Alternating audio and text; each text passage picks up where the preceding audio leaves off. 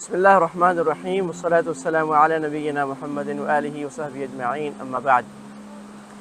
اللہ تعالیٰ نے مسلمان کی زندگی کو اس طرح بنایا ہے کہ وہ متاثر ہونے کی بجائے مؤثر ہوا کرے، ڈرنے کی بجائے بہت زیادہ دفاعی اور ڈیفینسو ہونے کی بجائے اقدامی سوچ رکھا کرے، اور دعوت جو ہے وہ اقدامی سوچ ہے۔ ایک بڑی اہم چیز اپنی ڈیولپمنٹ میں ہے، چاہے آپ کا تعلق کسی بھی شعبے سے ہے،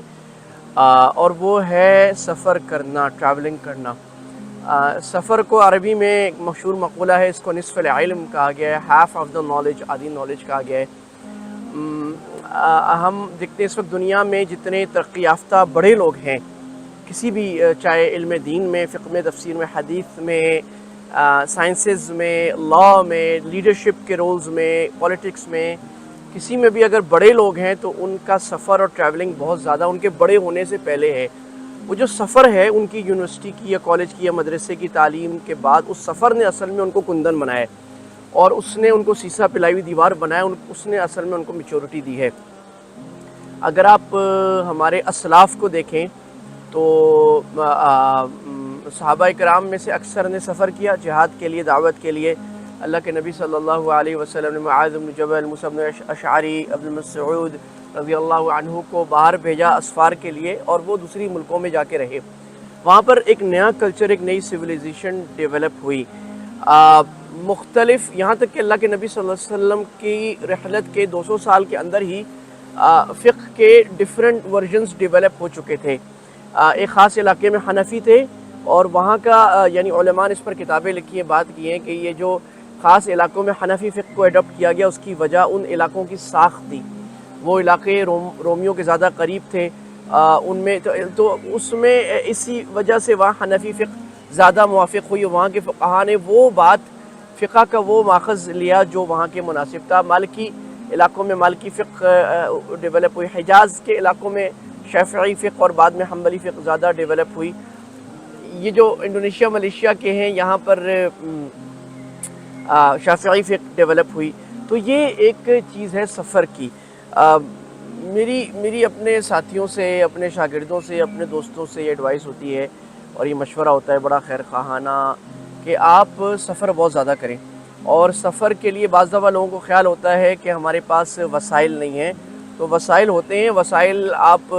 کھانے پینے میں، کڑھائی میں، ادھر ادھر چیزوں میں لگا دیتے ہیں، اور اصل میں اگر آپ وسائل جمع کریں گے تو وسائل جمع ہو کر آپ کے پاس ایک بڑا، یعنی آپ لوگوں سے بھی، اور اللہ تعالیٰ راستے نکالے گا کہ آپ سفر کریں گے۔ دکتور طارق سویدان ایک بہت بڑے مشہور اس وقت امت کے بڑی سطح کے علماء میں، جنہوں نے امریکہ سے پیٹرولیم میں پی ایچ ڈی بھی کیا ہے، اور بڑے عالم، مفسر، فقی، 400 کتابیں لکھی ہیں انہوں نے، 400 سے 500۔ انہوں نے ایک بڑا اچھا سلسلہ لکھا تھا جس میں لکھا تھا نصائح لنفسی لو عاد بی الزمن، عربی میں ہے کہ میں اپنے آپ کو کیا نصیحتیں کروں گا اگر مجھے زمانہ واپس ایک موقع دے، if I get a chance again what will I do۔ تو اس میں انہوں نے ایک بات یہ کہ سفر کرنا، اور وہ نالج کے لیے، ایکسپیرینس کے لیے۔ دیکھیں ہوتا کیا ہے، اللہ نے فرمایا قل سیروا فی الارض فانظروا کیف بدأ الخلق، دنیا میں سفر کرو تاکہ تم دیکھو کہ اللہ تعالیٰ نے دنیا کو کیسے نشو و نما کیا، کیسے بنایا ہے، کیسی تبدیلیاں آ رہی ہیں۔ اللہ تعالیٰ نے مختلف انسانوں، مختلف کلچرز کے اندر سیکھنے کا بہت کچھ مادہ رکھا ہے۔ اللہ تعالیٰ نے فرمایا واختلاف السنتکم والوانکم، اللہ ومن آیاتہ، اللہ تعالیٰ کی بڑی نشانیوں میں لوگوں کا مختلف ہونا، ان کے کلچرز کا، ان کی زبانوں کا مختلف ہونا، اور یہ جو ڈائیورسٹی ہے، مختلف رجحانات لوگوں کے پڑھنا، اور مختلف علاقوں میں لوگوں کی مختلف رائے، مختلف قوانین، مختلف فقہی آراء، مختلف سائنٹیفک سٹرکچرز، مختلف پولیٹیکل سٹرکچرز ہونا، یہ اس علاقے کے مناسب ہے۔ One size does not fit all, یعنی کسی بھی کانٹیکس میں آپ یہ کہیں کہ امریکہ کا پورا نظام ہم پاکستان میں مسلط کریں گے، غلط ہوگا۔ ایون برطانیہ پہ نہیں مسلط ہوگا، اور برطانیہ کا نظام امریکہ پہ کرے نہیں ہوگا، وہ جرمنی پہ کرے نہیں ہوگا، فرانس پہ کرے نہیں ہوگا، کہ الگ ماڈل ہے، ملیشیا پہ آپ کریں الگ ہوگا، کیونکہ ہر علاقے کی ساکھ، والوں کا کلچر، ان کی روایات، ان کا ذہن، آب و ہوا کا بھی اس پر بڑا اثر ہے، سوچ فہم پر۔ یہ جو ہمارے ملیشیا، انڈونیشیا کے لوگ ہوتے ہیں بالکل ٹھنڈے، ماشاءاللہ ریلیکس، اور مساج وساج کراتے ہیں، ہر آدمی جو ہے نا بڑا ٹھنڈا ہوتا ہے، غصہ کرتے نہیں زیادہ، لڑائی جھگڑے کرتے نہیں۔ بعض جگہ پہ لوگ بات ہی اتنی زور کی کرتے ہیں، ہمارے پنجاب والے اگر بات کریں اور جاپان والوں کے سامنے تو وہ ڈر جائیں گے، عام بات بھی کریں کیونکہ زور سے بات کرتے ہیں۔ جاپان والے ایسے آرام سے بات کرتے ہیں کہ آپ کو کان لگا کے سننا پڑے گا. یہ اللہ تعالیٰ نے بنایا ہے. اب ہوتا کیا ہے کہ جب آدمی کسی ایک ملک میں ایک درسگاہ میں یا ایک شہر میں پڑھتا ہے، فرض کریں کراچی میں پڑھتا ہے، قطر میں پڑھتا ہے، مدینہ یونیورسٹی میں پڑھا ہے اس نے صرف، یا برطانیہ میں رہا ہے صرف، دبئی میں پڑھا ہے، کسی ایک جگہ پہ پڑھا ہے، ملیشیا میں پڑھا ہے، اور وہ دنیا کا سفر نہیں کرتا، تو اس سفر میں دونوں چیزیں ہوتی ہیں. ویسے انگلش والا سفر بھی آپ کو مجاہدہ ہوتا ہے تفصیل، اور عربی والا اردو والا سفر بھی. تو اگر کوئی آدمی سفر نہیں کرتا تو اس کا جو یعنی اس کا ذہن جو ہوتا ہے وہ بڑا بند ہوتا ہے، اور وہ جب اس کے سامنے کسی اور کلچر کا، کسی اور مختلف زاویہ نگاہ کا آدمی آئے اور وہ اپنی رائے کسی معاملے میں پیش کرے، تو یہ اس کو سمجھتا نہیں ہے بلکہ وائلنٹ ہو جاتا ہے، بعض ریجڈ ہو جاتا ہے کہ نہیں تم غلط کہہ رہے ہو، میرے اساتذہ نے ایسے کہے، میرے بڑوں نے، میری یونیورسٹی نے، میری ریسرچ یہ ایسا ہی صحیح ہے، ایسا غلط ہے. یہ مسئلہ بڑا کثرت سے ان ملکوں میں دیکھنے میں آتا ہے جو بڑے آئسولیٹڈ ہوتے ہیں، یعنی جہاں کے لوگ کثرت سے سفر نہیں کرتے یا بلکہ بالکل ہی سفر نہیں کرتے. پاکستان اس کی ایک مثال ہے، افغانستان ایک مثال ہے، لیبیا ایک مثال ہے، سوڈان ایک مثال ہے، صومال ایک مثال ہے. یہاں کے لوگ سفر زیادہ بہت نہیں کرتے، اور ہوتا کیا ہے کہ جو سفر کرتا ہے وہ آ کے لوگوں کو بتاتا ہے کہ بھائی دنیا ایسی نہیں ہے، دنیا مختلف ہے، یہ بھی ہوتا ہے، یہ بھی صحیح ہے، یہ بھی صحیح ہے، یہ بھی صحیح ہے، آپ جو کر رہے ہو وہ آپ کے لیے صحیح ہے، آپ کو یہی کرنا چاہیے. لیکن اصول تو قرآن و حدیث کے یا کسی بھی چیز کے ایک ہی ہیں، سائنس کے یا کسی بھی نالج کے، میتھس کے، لیکن نیچے جو اس کی امپلیمنٹیشنز ہوتی ہے اس میں بڑا فرق ہے، اور وہ دے سکتے ہیں. تو وہ مانتا نہیں ہے، اور وہ اس کو کہتا ہے کہ تم آزاد خیال ہو گئے ہو، تم اپنے بزرگوں کے راستے سے ہٹ گئے ہو، تمہارا ذہن خراب ہو گیا، باہر کی ہوا لگ کر تم ماڈرن ہو گئے ہو، ایسی باتیں کرتا ہے. لیکن اگر وہی آدمی بھی سفر کر لے تو وہ بھی یہی رائے رکھے گا جو سفر کے بعد. ہمارے ایک بڑے بزرگ ہیں، بہت اچھے عالم، بہت بڑے میرے بزرگوں میں، اللہ تعالیٰ ان کی خدمت کی ہمیں مزید توفیق دے. تو وہ بات کرتے تھے تو ان کے سامنے کوئی بھی دوسری رائے آتی تھی تو کہتے یہ غلط ہے، بس ہمارے بزرگوں نے ایسے کہ ایسی صحیح ہے.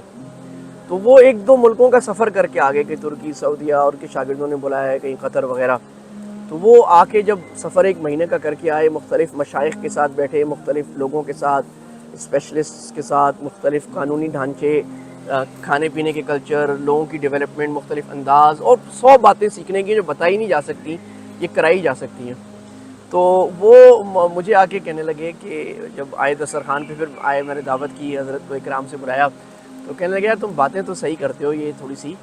سوچ میں وسعت، فلاں جگہ صحیح ہے، فلاں جگہ صحیح ہے. اور کہا کہ جب میں نے ملیشیا میں یا وہاں پر شافیوں کو دیکھا نا نماز پڑھتے ہوئے اپنے طریقے پہ، تو مجھے بڑی خوشی ہوئی کہ یار یہ تو یہ امت پناہ ہے کہ پوری دنیا میں مختلف کلچروں کے لوگ، مختلف فروع، مختلف زاویہ نظر لگنے والے لوگ ایک پرچم کے تلے اور ایک امت میں، ایک حبیب صلی اللہ علیہ وسلم کی دین کی آبیاری کے لیے جمع ہے. تو کچھ عرصہ ہوا کہ وہ کچھ ملے تو انہوں نے کہا پھر نہیں یہ بھی غلط ہے، یہ بھی غلط ہے، نہیں بس یہ. تو میں نے کہا حضرت ایک سفر پھر ہو جائے آپ کا. تو اس لیے اور بہت سارے ساتھی میرے جو ہیں وہ اب انہوں نے سفر کرنا شروع کیا ہے مختلف جگہوں پہ. اصل میں ہوتا کیا ہے، آپ کو نا ایکسپوجر ملتا ہے، اور ایکسپوجر کے بغیر علم جو ہوتا ہے وہ بالکل خام ہیرے کی طرح ہوتا ہے جو پتھر اس پہ گرد بھی چڑھی ہو. جب تک آپ کو ایکسپوجر، یعنی جس طرح تھیوری اور پریکٹیکل میں فرق ہے نا، ایک ڈاکٹر صاحب نے تھیوری بہت پڑھی ہے، انہوں نے پریکٹیکل نہیں کیا، ہاؤس جاب نہیں کی، تو ان کو کوئی ڈاکٹر مانتا نہیں ہے، کیونکہ انہیں کتابوں میں پڑھا ہے، اصل میں کسی خون نکلتا ہوا نہیں دیکھا، اس وقت نہیں پتہ لگا کیا حالت ہوتی ہے اچانک جب مسئلہ پڑتا ہے، کسی کی سانس اکڑتی ہے. تو اسی طرح بہت سارے علوم وہ ہیں ہمارے ہاں جو اس لیے مر گئے یا اس لیے بالکل اللہ تعلق ہو گئے معاشرے سے، جن میں تھیوری ہے، پریکٹیکل نہیں ہے. وہ بہت 300-400 سال پرانی باتیں تھیوریز پڑھ رہے ہیں، وہ بالکل ٹھیک تھی اس زمانے میں، لیکن ان کی اس کے پاس پریکٹیکل امپلیمنٹیشن نہیں ہے، تو وہ اس کو نہیں کر پا رہا. فقہ کے معاملے میں بھی جو میرا ایک خاص مضمون ذوق ہے، اس میں لوگوں کے یہ خیالات ہوتے ہیں. بہت سے ملکوں میں میرا الحمدللہ 20-21 ملکوں میں جانا ہو چکا ہے، تو لوگ بڑے ریجڈ ہوتے ہیں کہ جیسے میرے شیخ نے جو کہا ہے نا، سعودیہ میں لوگ ملتے ہیں، مدینہ یونیورسٹی کے بچے پڑھے ہوئے، تو وہ بہت سخت ہوتے ہیں. کہ ایک دفعہ میں بیٹھا تھا ایک دفتر میں، اور مسجد نبوی میں میں جاتا تھا مکاتب میں کہیں نہ کہیں جہاں پر مشائخ کے حلقات لگتے ہیں، تو وہ ایک دفتر میں ایک شیخ سے میں کچھ لینے گیا، تو وہ دفتر کے جو صاحب تھے وہ کسی کو بتا رہے تھے کہ سارے اہل علم کا اتفاق ہے اس بات پر کہ حج میں جو ہے نا تمتع افضل ہے. تو پھر میں نے ان کو بعد میں کہا کہ جب وہ چلے، میں نے کہا کہ حضرت یہ حج میں تمتع افضل ہے سارے اہل علم کا. انہوں نے کہا نہیں ہمارے اہل علم جو یہاں کے ہیں اور یہ فلاں فلاں فلاں. میں نے کہا جو کچھ بزرگ اہل علم یا کچھ ماہر ایسے بھی ہیں جن کا یہ خیال ہو کہ تمتع افضل نہیں ہے، قران افضل ہے، افراد افضل ہے، کہاں ہیں؟ لیکن میں نے کہا تو آپ نے کہا تو سب کا خیال یہی ہے، کہاں نہیں بس میرے خیال میں تو آپ یہ بولتے میرا خیال یہ ہے۔ تو یہ بڑا کامن ہوتا ہے فقہ میں، تفسیر حدیث میں، یا ایون سائنٹیفک چیزوں میں، پولیٹیکل سیناریوز میں لوگ پاکستان میں کہہ رہے ہوتے ہیں ایسے ہی صحیح ہوگا، یہی طریقہ ہے، بس یہ میرے خیال میں جو میری رائے ایسے ہی ہونا چاہیے۔ لیکن وہ جب ترکی جائے گا، ملیشیا جائے گا، اور اسلامی ممالک مصر جائے گا، قطر جائے گا، سعودیہ جائے گا، وہاں کے نظام دیکھے گا، اس کو سمجھ میں آئے گی کہ بہت کچھ ہمیں ان کے، ایون امریکہ یورپ جائے گا تو اس کو سمجھ میں آئے گی کہ ہمارے دین کا یہ شعار ہے خذ صفا ودامہ قدر، جو اچھا ہو وہ لے لو، جو برا وہ چھوڑ دو، بہت کچھ لینے کا ہے۔ اور ہمارے بزرگوں نے کبھی بھی، میں اصرار سے کہوں گا، کبھی بھی اس پہ پس و پیش نہیں کیا، رسول اللہ صلی اللہ علیہ وسلم سے لے کر آج تک، کہ ہم دنیا کی مفید چیزیں کسی تہذیب سے لیں، چاہے وہ مسلمان ہو چاہے کافر۔ He is a Rahman.